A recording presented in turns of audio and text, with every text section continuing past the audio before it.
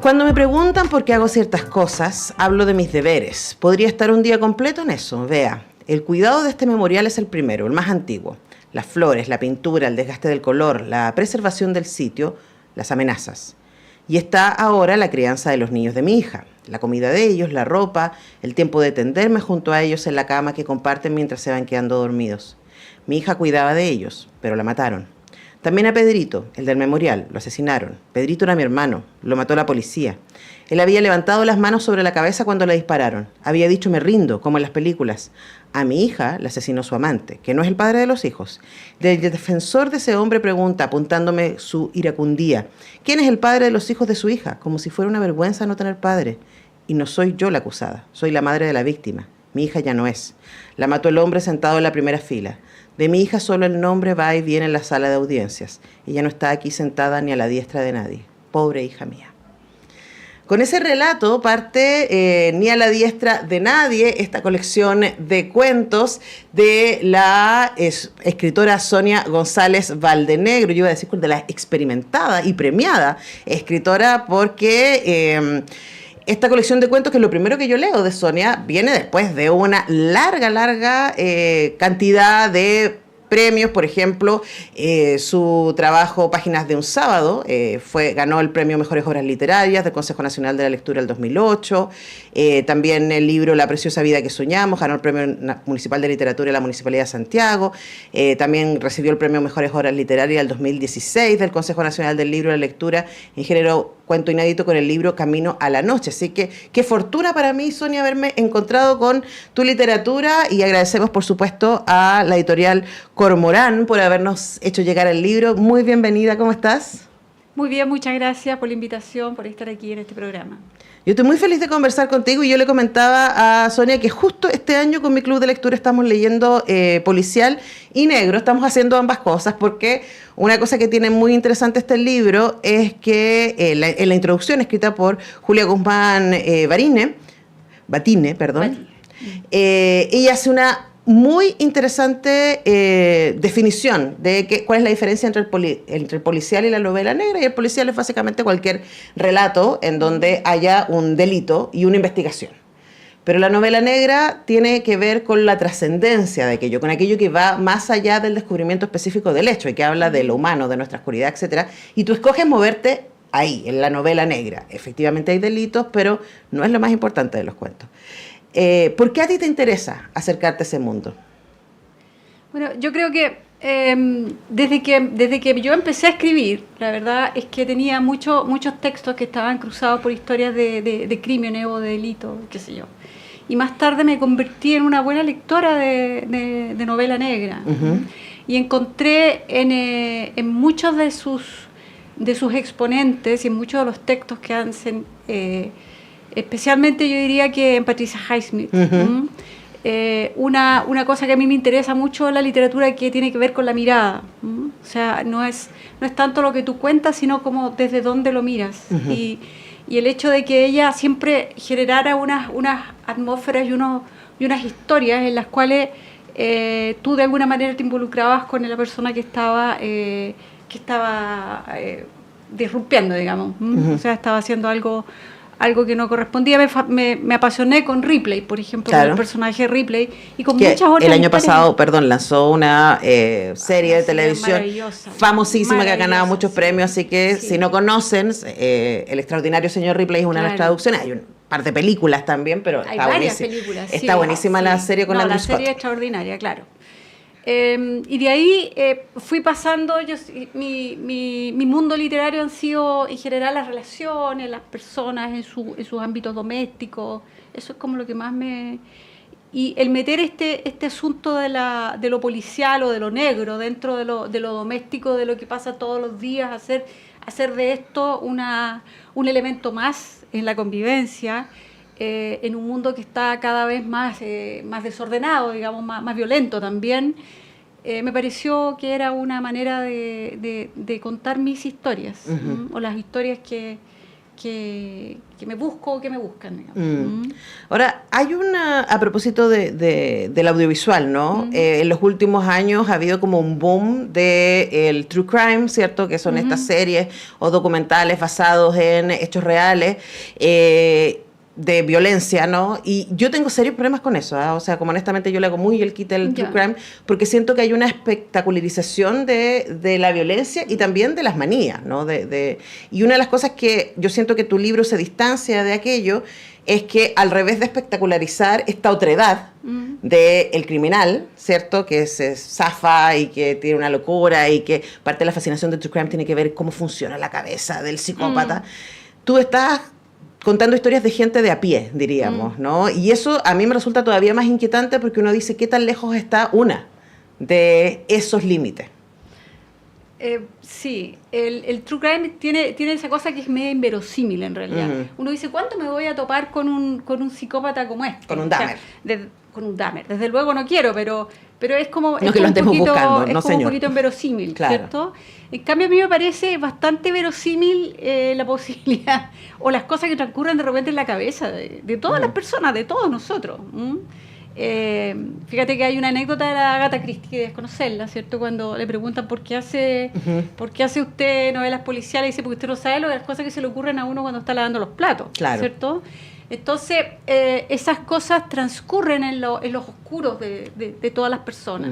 No siempre son realizadas, desde luego, la mayoría nos abstenemos de ese tipo de cosas. No sé por qué, bueno, eso sería otro tema, pero está ahí, está en la posibilidad. O sea, eso tiene existencia. Tiene existencia desde que lo pensamos, y lo que pensamos también tiene una existencia. Por supuesto. ¿Cierto? Aunque no lo llevemos, aunque no lo ejecutemos, pero... Claro, hay textos ahí, por ejemplo, que tienen... Por ejemplo, el primer texto es un cuento en el que hay una niña que ayuda a otra a deshacerse de un cadáver. Claro. ¿Ah? Y que ella no tiene nada que ver con esto. No tiene nada que ver, pero qué tan difícil de repente es de verse involucrado en una cosa como esta y empezar de repente en el terreno de las justificaciones. ¿Por qué hice esto? ¿Por qué me metí en esta cuestión? Hay una manera de construir las defensas también de las personas. Claro, y ahí podemos pensar también en la asesina, en ese caso, que uno inmediatamente... Hay un temas que cruzan tu literatura que tienen que ver también con la situación de las mujeres específicas. En este caso, uno asume que esta mujer se estaba defendiendo del amante, pareja, lo que sea, que la estaba violentando. Claro. Y el tipo termina muerto, ¿no? Y eso es, por supuesto, una rareza. Sabemos que menos del 7% de los crímenes a nivel mundial lo cometen las mujeres, pero... hay algo ahí dando vuelta, ¿no? Y hay algo también que tiene que ver con el lugar que se les da a las mujeres como víctimas y como victimarias. En tu cuento está ella, en tu libro está ella, hay una mujer que está esperando que el exmarido la venga a matar, porque fue lo que le dijo que le iba a hacer, ¿no? Claro. Entonces ella vive en la expectativa de que tarde o temprano van a venir por ella, hay una niñita que se la raptan, hay una me olvidé la palabra, una especie de comisaria, prefecta. Sí, una prefecta. Una prefecta que es vista desde el hombre, el detective que se supone que iba a tener ese puesto, siempre con envidia. Entonces hay un tema que tiene que ver también con cómo las mujeres nos movemos en el mundo y cómo la violencia siempre está acechándonos de una u otra manera. ¿Es importante para ti eso? ¿Eres consciente de que escribes desde ahí? Últimamente soy consciente. Yo creo que uno siempre lo ha hecho así, pero ahora el tema ha sido mucho más estudiado, más abordado, más verbalizado, y uno está más consciente de eso. Y especialmente yo creo que de lo que uno está más consciente ahora, por lo menos yo estoy más consciente, es de que este proceso de la mujer, lo mismo que todos los procesos emancipadores, desatan una violencia terrible. Entonces, esa violencia es la que me interesa en este momento, ¿cierto? La reacción. Estamos conversando con Sonia González Valdenegro a propósito de su colección de cuentos Ni a la diestra de nadie. Quienes nos están viendo en YouTube, ahí tienen la portada que puso nuestro fabuloso Alexis para que ustedes busquen el libro en librerías, editado por Cormorán. Es un libro que se lee súper rápido, además que, te lo digo derechamente, me pareció muy entretenido de leer. Y yo creo que una de las cosas también que lo hacen entretenido es que cambiamos constantemente, como son cuentos, cambiamos de voces, cambiamos de escenarios, cambiamos de tono. Hay algunos cuentos que son muy íntimos y que la violencia es muy como cotidiana, uno podría decir. A mí el cuento del gato me dejó devastada. Y hay otros cuentos que tienen que ver también con la fantasía de venganza. Hay un cuento que me pareció súper interesante, en donde parte de lo que aparece uno no sabe si está sucediendo o es imaginación del personaje, ¿no?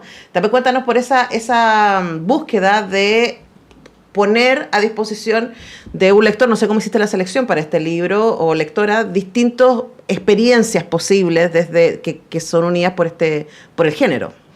Ah, qué buena. No sé cuál es ese cuento en realidad, se me olvidó.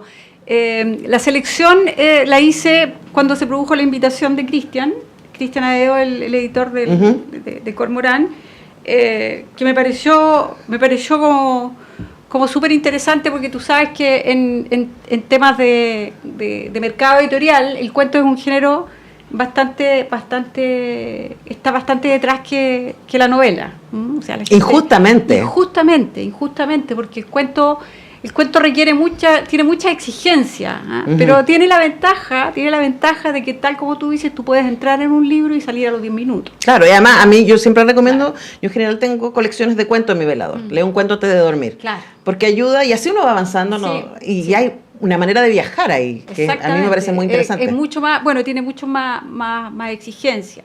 Y tenía esta doble marginalidad, que era el cuento, por una parte, que comercialmente no se sitúa, rara vez se sitúa en las estanterías de las librerías, y por otra parte que era policial, que también, salvo ahora que está entrando con mucho más, despertando mucho más interés, porque está en más sintonía también con la sociedad que estamos viviendo, que también era un poco un género marginal. Ahora, había estado armado antes para otros fines, y lo armé tratando de moderar un poco los discursos, los textos. Entonces, por ejemplo, ahí entra El gato, que había entrado primero, después salió, después volvió a entrar ese cuento, porque era un cuento que no tenía mucho que ver. Desde luego no hay mujeres casi, claro. Salvo hay una especie de nana que circula, pero no es lo trascendente del cuento. El cuento es más bien el gato y sus dueños, ¿cómo se llama? Los tíos del gato. Y los otros cuentos se fueron agregando en búsqueda de una suerte de unidad que tenía que ver un poco también con la impunidad, lo que da pie a este pequeño micro relato que introduce el tema, ¿cierto? De qué es lo que nos queda después de un hecho como este, ¿no? Claro, y cómo seguimos viviendo. Y además me parece interesante descentrar el relato, ¿no? O sea, por ejemplo, hay relato de alguien, tú nunca dices, pero uno asume que es un narco, pero está contado desde el sobrino, desde un niño. Entonces, ese ejercicio me parece que es súper interesante, porque literalmente cambia el énfasis a través de cambiar la mirada de quien está ahí. Ahora, eso, Sonia, a mí me parece que también es algo súper femenino, ¿no? Y tú nombrabas a Patricia Highsmith, que era alguien que le interesaba mucho como la perversión de lo humano, ¿no? Sí. Estaba pensando en Daphne du Maurier, por ejemplo, que podría estar como la novela negra gótica, porque ella se mueve un poquito más allá. Por si alguien no lo sabe, las películas famosísimas de Hitchcock, Rebeca y los pájaros, están basadas en el libro de Daphne du Maurier. Y hay incluso Agatha Christie, ¿no? Ella siempre, una de las cosas que me fascinan de sus novelas, que todas son análisis sociológicos, de clase, de formación, de género también. Entonces, ella siempre está diciendo, esta persona no haría esto por todas estas razones. Entonces, versus, estoy pensando en la novela negra masculina, que es mucho más del hecho, que va derechamente al asesinato y al descubrimiento del misterio, ¿no? ¿Tú crees que hay algo ahí que tiene que ver con nuestra capacidad de mirar el mundo, con la empatía, qué sé yo? Yo creo que sí, pues creo que, entre otras cosas, el cuento principalmente, el género cuento, es, a mi juicio, sobre todo una mirada, a distinto que una novela. En las novelas, de las novelas clásicas hasta las novelas más actuales, puede haber una elaboración de pensamiento, de idea, de todo lo que tú quieras, pero el cuento es principalmente una mirada. Y eso es lo que hace un cuento, que se mire de una manera. Y en eso yo creo que calza muy bien, y por eso las mujeres escriben tanto cuento. Sí, porque miran y son muy atentas más bien a cómo miran y lo que van viendo, que al hecho objeto de... Claro, más bien nos hacemos la pregunta de cómo llegamos acá. Exactamente. Más que el acá. Claro, que es como la pregunta que se hace la niña del primer cuento. ¿Sí? Dice, ¿por qué yo me metí en esta historia de ayudar a una... Pero tiene un argumento. A una homicida. Claro, y un poco se lo construye también, Sí. ¿no? Se lo construye porque necesitamos... Pero explicarnos funciona para ciertas nosotros cosas. también. Claro, pero es principalmente una mirada. Mm. Y eso yo creo que hace un cuento que sea como que tú lo recuerdes después, Ujú. ¿ah? Porque las historias son re pocas. Sí. Si las historias son muy pocas, siempre son la misma historia. Claro, y aquí un poco el atractivo tiene que ver con que hay como decía, un descentro de desde dónde se mira. Porque, por ejemplo, en el caso del narco, es como, por ahí aparece rápidamente que se tiene que hacer cargo de su familia muy temprano, pero cómo llegó a transformarse en ese jefe no sabemos. Y no es importante. No. Lo importante es la información que maneja el niño y de ahí nosotros, ¿no? Claro. Eso estoy describiendo uno de los cuentos que está en Ni a la diestra de nadie. Y para terminar, Sonia, quería preguntarte por algo que dijiste tú muy a la pasada, ¿no? Que en algún momento es como que la novela negra, la novela policial estuvo como de capa caída, ¿no? Y que ahora ha vuelto, y también acá en el mismo programa hemos entrevistado a Paulina Vaca, a la Valeria Vera, mujeres también que están escribiendo policial y negro de manera muy exitosa. Y te lanzo acá una teoría, ¿no? Porque uno puede pensar que el otro gran momento de la novela negra fueron los 30 y los 40. Claro. Que es donde como aparece, ¿no? El policial, y también, por supuesto, ayudado por el cine en ese momento. Y son momentos, los 30 y los 40, de profunda incertidumbre. La crisis del 29, ¿cierto? Sí. Las consecuencias de la Primera Guerra Mundial, el advenimiento, esta paja armada que nos va a llevar a la Segunda Guerra Mundial. Y hablemos de incertidumbres hoy día, ¿no? Sí. Con todo lo que está pasando y con todo lo que no sabemos respecto a este mundo. Y ya paramos esta idea de la fantasía de que el ser humano va solo al progreso y al éxito. Hoy día no sabemos. No. ¿Tú sientes que hay algo también que este género responde frente a esa inquietud del...? Porque, a diferencia de Agatha Christie, para ti no es importante quién mató, cómo se resuelve el misterio. Para ti es importante la atmósfera de inquietud. Sí. Mira, me parece que la novela negra es un género que está respondiendo a esa incertidumbre, a este ambiente de alta contaminación y de alta amenaza también, ¿cierto? Tal como tú señalabas, en los años 30 y los años 40 estaba presente la amenaza, voy a usar un término que es como bien político, pero es así, era la amenaza del fascismo, ¿no? Sí. Y ahora tampoco es tan raro. Uh-huh.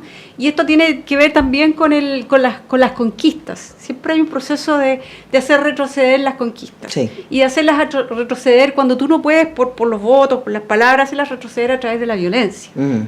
Que es un poco lo que te comentaba respecto de las mujeres. Uh-huh. Los procesos de emancipación que traen de aparejado como reacción estas violencias tremendas, estas mujeres que mueren todos los días. Y en el caso actual, una violencia que no sabemos mucho cómo manejar, porque caben dos actitudes, o sea, cabe la actitud de encerrarse, ¿cierto?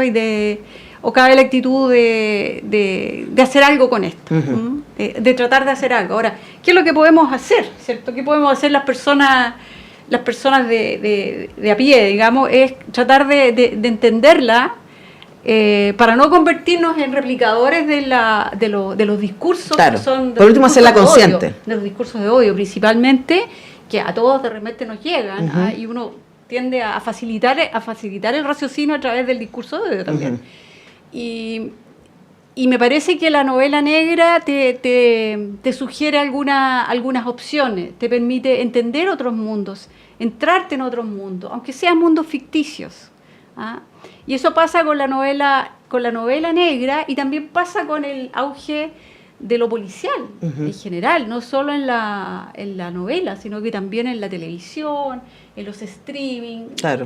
Y hay cosas que son de un poco más de espesor que estas series que empiezan todas con un cadáver, te fijas, pero hay cosas que tienen un mayor espesor, y te muestran cómo también en las sociedades, incluso las sociedades más desarrolladas, hay una experiencia y hay un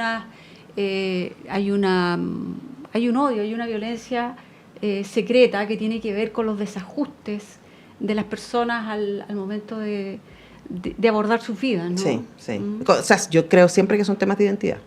Claro. Que la violencia y los Exactamente. discursos de odio agarran muy bien con alguien que no sabe quién es y dónde está parado. Entonces, Sí. como que alguien te ofrece identidad y tú dices, supuesto. soy eso.